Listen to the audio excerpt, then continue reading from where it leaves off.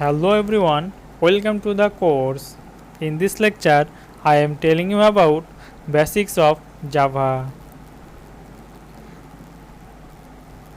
This lecture is helped you make effective use of the Java programming language and its fundamental libraries. Java.lang, Java.util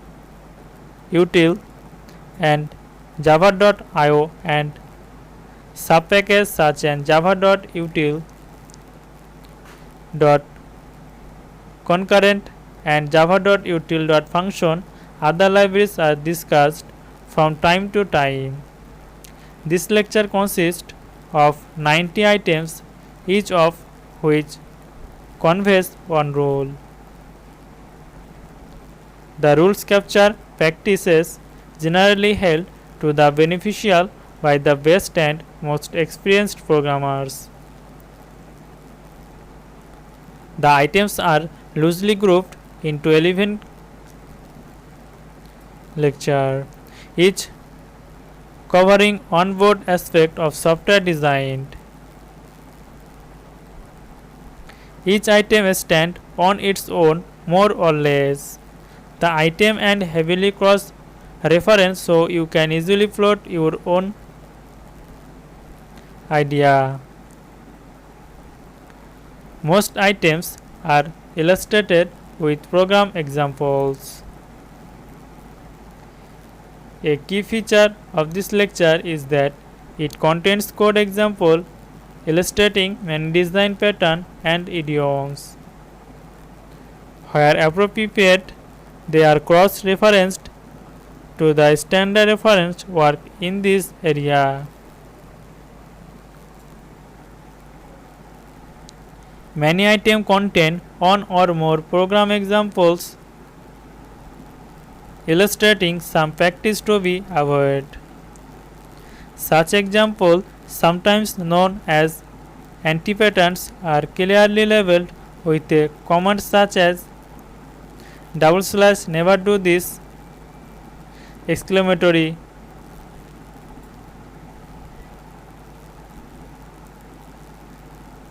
In each case, the item explains which the example is bad and suggests an alternative approach.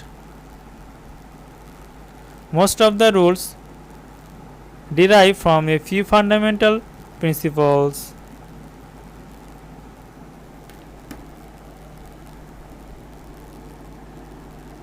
Clarity and simplicity are of paramount importance. The user of a component should never be surprised by its behavior. Components should be as small as possible but no smaller.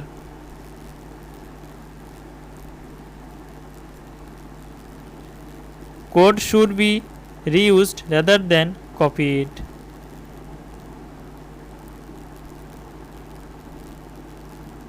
The dependencies between components should be kept to a minimum. Errors should be detected as soon as possible after they are made, ideally and compile time. While the rules do not apply 100% of the time, they do categorized best programming practice in the great majority of cases.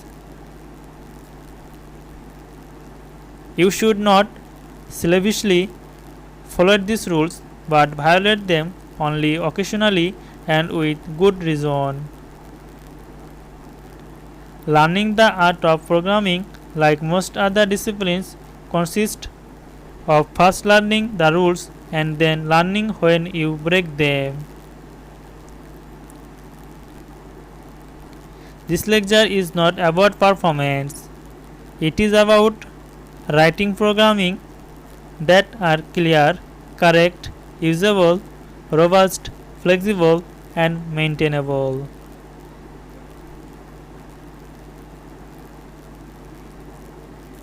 If you cannot do this, it is usually a relatively simple matter to get the performance you need.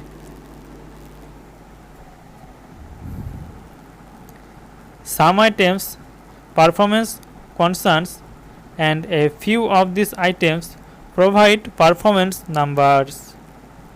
These numbers, which are introduced with the phrase "on my machine," should be regarded as approximate at best.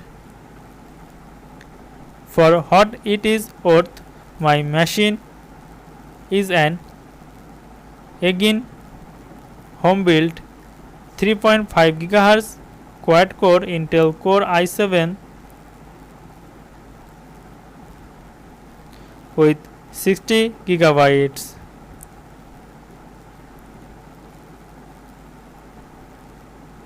It is sometimes necessary to refer to a specific release. For convenience, uses nicknames in preference to official release name.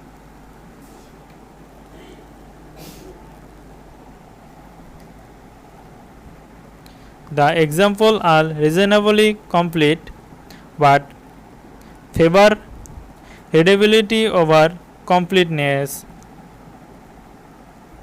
They freely use classes from package java.util and java.io.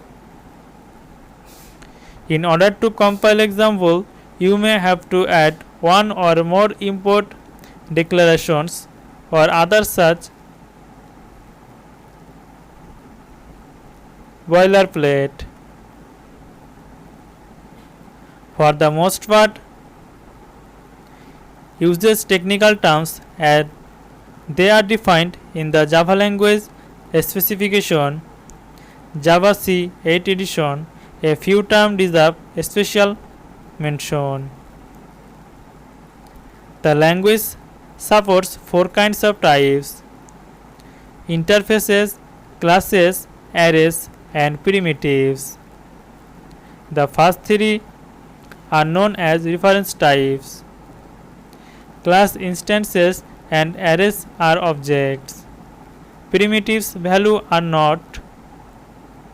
A class's member consists of its fields, methods, member classes, and member interfaces. A method signature consists of its name and the type of its formal parameter. The signature does not include the method return type.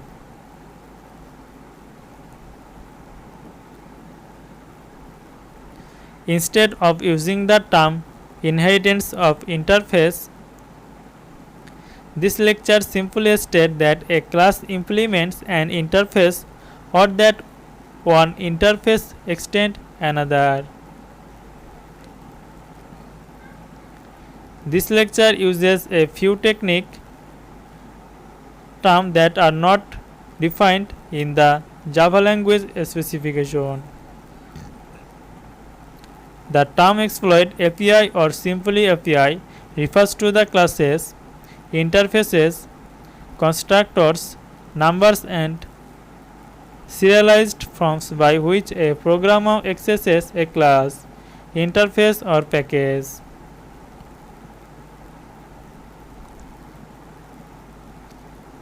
Classes, interfaces, construction numbers are serialized from are collectively known as API elements. And that's it for the lecture. Thank you for watching.